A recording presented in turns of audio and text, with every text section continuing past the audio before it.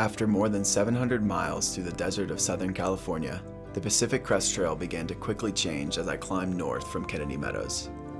Snow-covered peaks began to rise up all around as I followed the trail up into lush alpine forests. The path itself transitioned from sand into rugged, rocky treadway, and the air became cooler as I gained thousands of feet of elevation in a matter of days. As the summer sun caused the year's snow to melt, running water seemed to be around every turn. After months of walking and planning, I was ecstatic to finally experience one of the world's most famous mountain ranges, the Sierra Nevada. The Sierras are gorgeously beautiful, but very cold, of course. They're steep and it's difficult terrain in the best of conditions. There are many passes and rivers to cross. It's quite incredible, even with no snow. But this year, with so much snow, it felt like we were in a super alpine environment. It was absolutely awesome.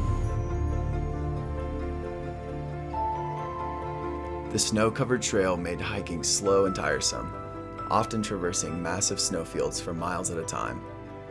But despite the cold and ice, the mountains were still full of color and all kinds of life. By this time, I had found a new trail family, and we teamed up to plan our ascent up and over Forester Pass, the highest point on the PCT, at over 13,000 feet.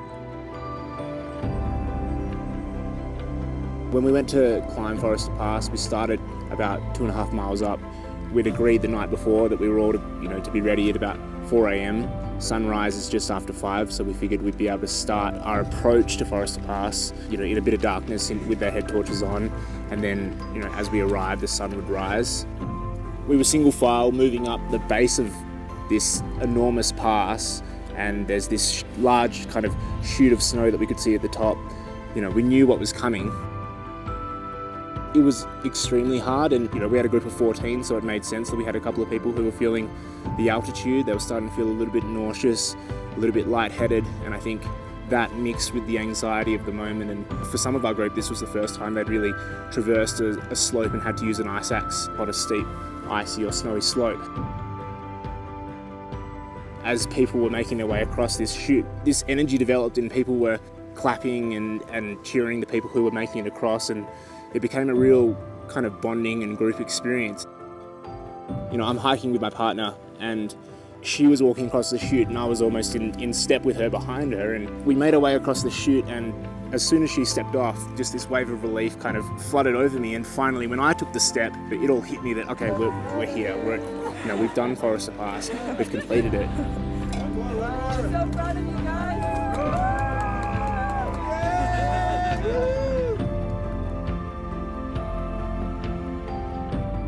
You're looking over this vast snowfield that we were about to head down into, but you could also look back over where we'd come from, and it was just, I'd never been so dwarfed by mountains and by natural scenery and overwhelmed by what our group of 14 individuals had achieved as a collective, and it was really a humbling experience.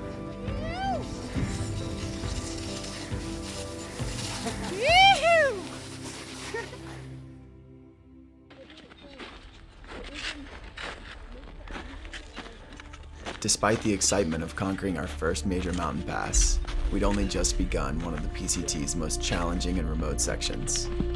Within the first few miles of our descent, I took one wrong step on an ice-covered rock, falling into the creek below. My face landed on rock, my finger was broken, and I could feel blood coming from my knees. My trail family immediately came to help get me warm and dry, and worked to stop the bleeding in my legs.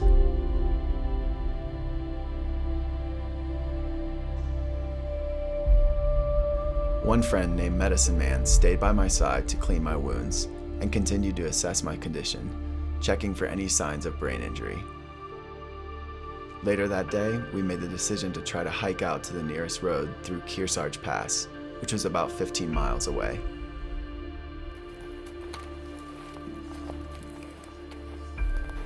Each one of my friends took a piece of my gear and put it in their own pack to carry themselves, and stayed by me until we were able to hitchhike to the nearest town for help.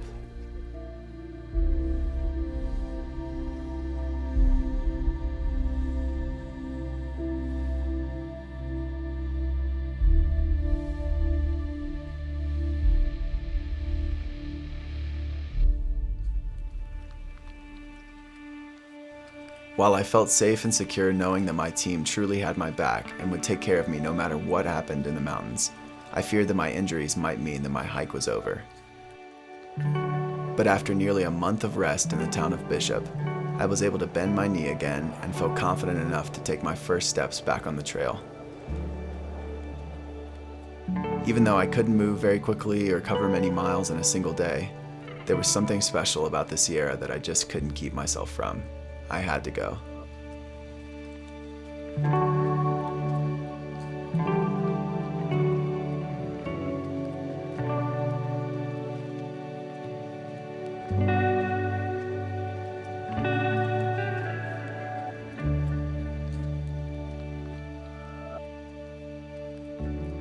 The beauty of the Sierra compels me to come back again and again.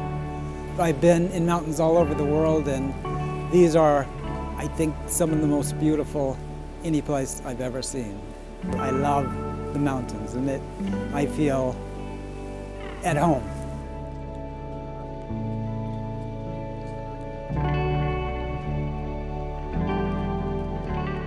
The mountains really had grown to feel like home, even though each day I walked through places I'd never been before.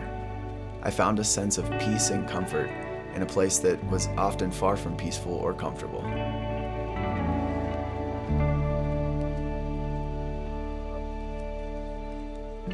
I didn't just find a home in the rocks and the trees, but in the people that I'd met along the way and the friendships that I had found in these remote places. While I was now 100 miles behind my friends, I had hope that I'd be able to make up for lost time and see them again someday soon.